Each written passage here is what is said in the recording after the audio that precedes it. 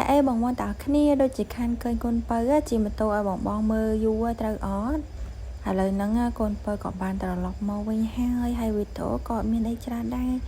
គឺវីដេអូខ្លីៗបែបនៅផ្ទះសាមញ្ញធម្មតារបស់កូនបើនេះឯងវីដេអូហ្នឹងផងដែរគឺកូនបើ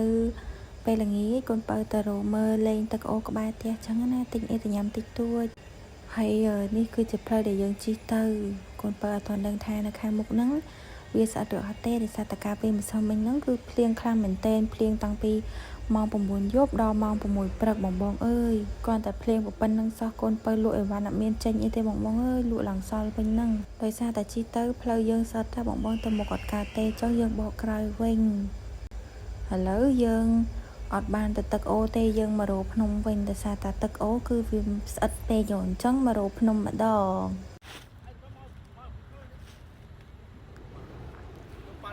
ចិត្តមកកន្លែងស្ងាត់ចឹងតែស្ងាត់ពេកក៏អត់កើតដែរ